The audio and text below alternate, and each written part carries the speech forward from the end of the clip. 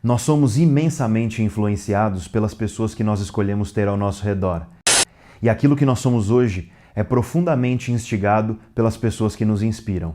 No século XVII, o poeta inglês John Donne escreveu uma frase muito marcante: nenhum homem é uma ilha isolada em si mesma.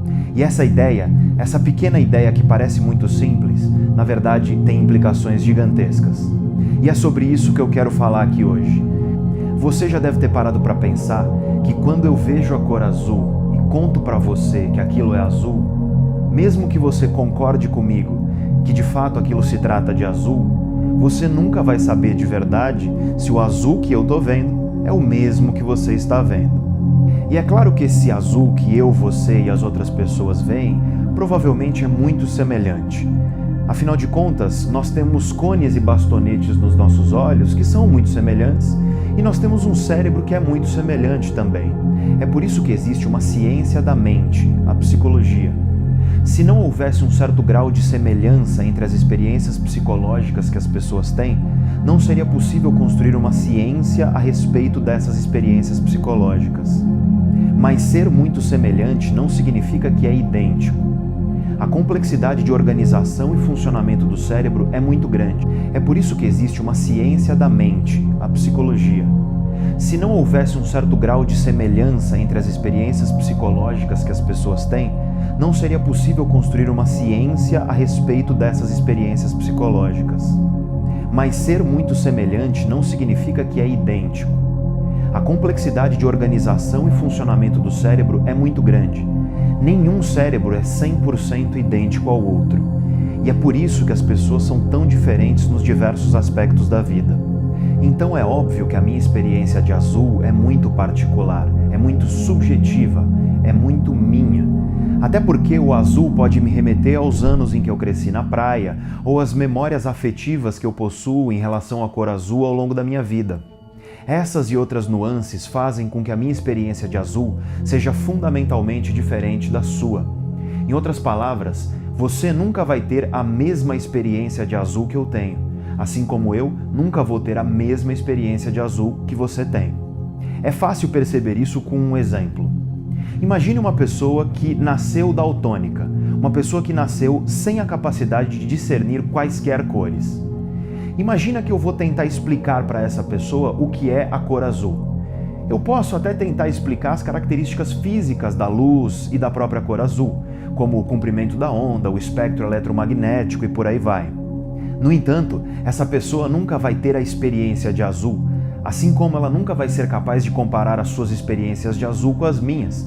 Afinal de contas, ela não tem a aparelhagem biológica necessária para produzir essa experiência do azul. Ela simplesmente não sabe e não tem como saber o que é a experiência de azul. Assim como você e eu não temos como saber qual é a experiência do infravermelho, de enxergar infravermelho.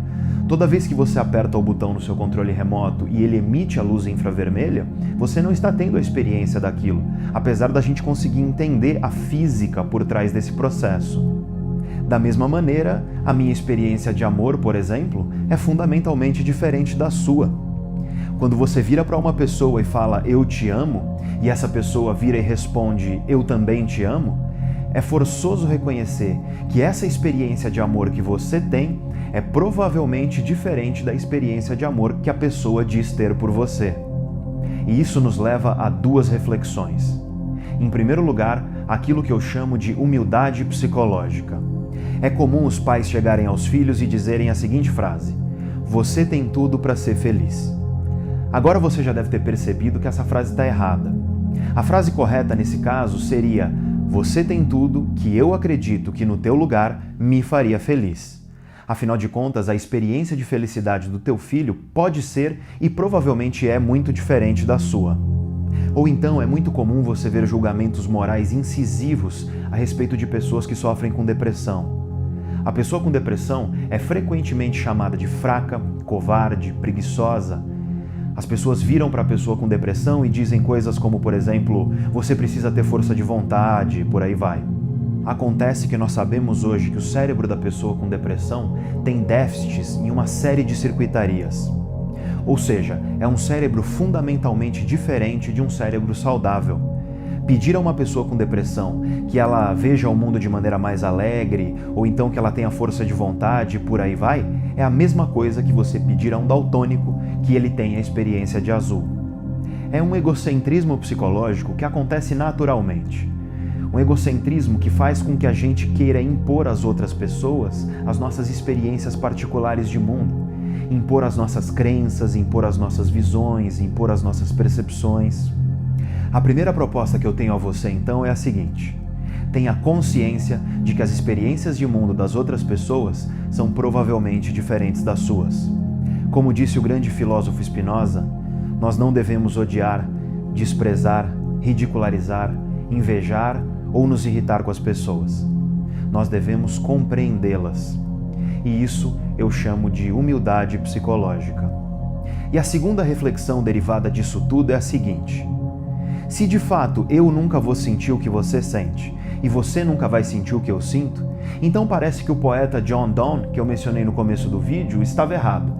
Parece que ele estava errado, afinal de contas, se eu nunca sinto o que você sente e se nós nunca sentiremos o que os outros sentem, parece que nós somos sim ilhas.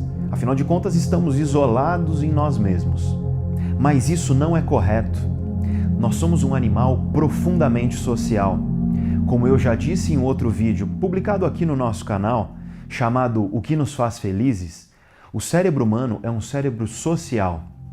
Basta você tentar calcular agora quantos % dos teus pensamentos diários são sobre outras pessoas. E rapidamente você percebe que a grande prioridade do nosso cérebro é justamente pensar sobre outros seres humanos, pensar sobre outras pessoas.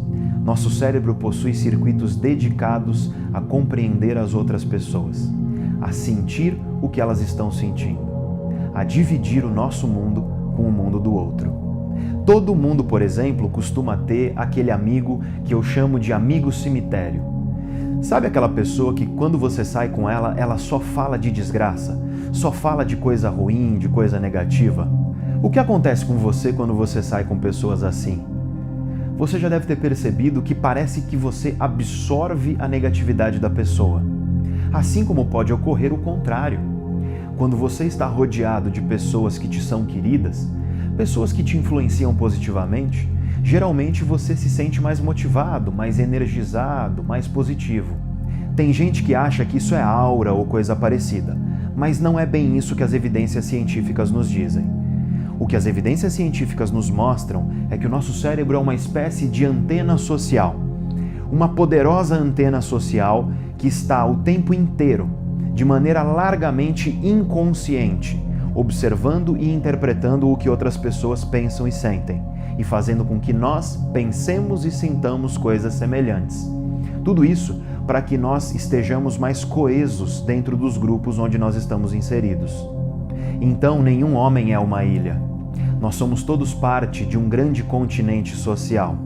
E por isso mesmo, nós somos profundamente influenciados pelas pessoas que nos rodeiam e pelas pessoas que nós escolhemos como inspiração. Mas eis o cerne da questão: nós escolhemos.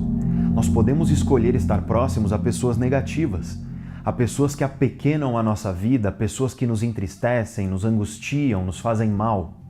Você já deve ter percebido que, como disse o escritor americano Leon Uris, parece que nós não temos tempo para os nossos amigos, mas para os nossos inimigos parece que nós temos todo o tempo do mundo. Nosso cérebro, infelizmente, é mais antenado nas coisas que são negativas do que nas coisas que são positivas. Na ciência, isso se chama viés de negatividade. Em breve eu farei um vídeo especificamente sobre essa questão, trazendo inclusive algumas estratégias cientificamente comprovadas para que você consiga contornar esse modo de operação natural do nosso cérebro de prestar mais atenção, lembrar mais e também de produzir emoções mais intensas perante coisas negativas do que perante coisas positivas. Mas isso não significa que nós não temos escolha.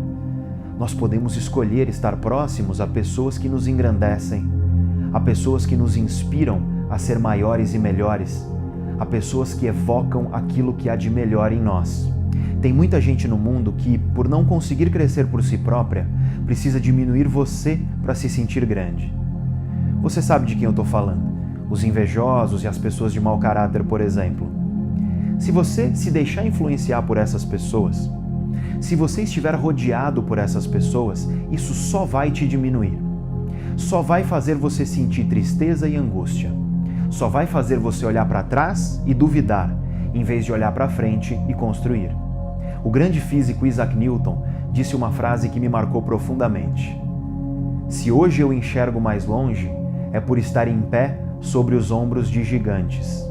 Então, a minha recomendação a você é não se rodear de pessoas pequenas. Evite se contaminar com pessoas que só te fazem olhar para trás. Busque gigantes. Busque pessoas que te inspiram a ser cada vez melhor, que te desafiam a sempre olhar adiante.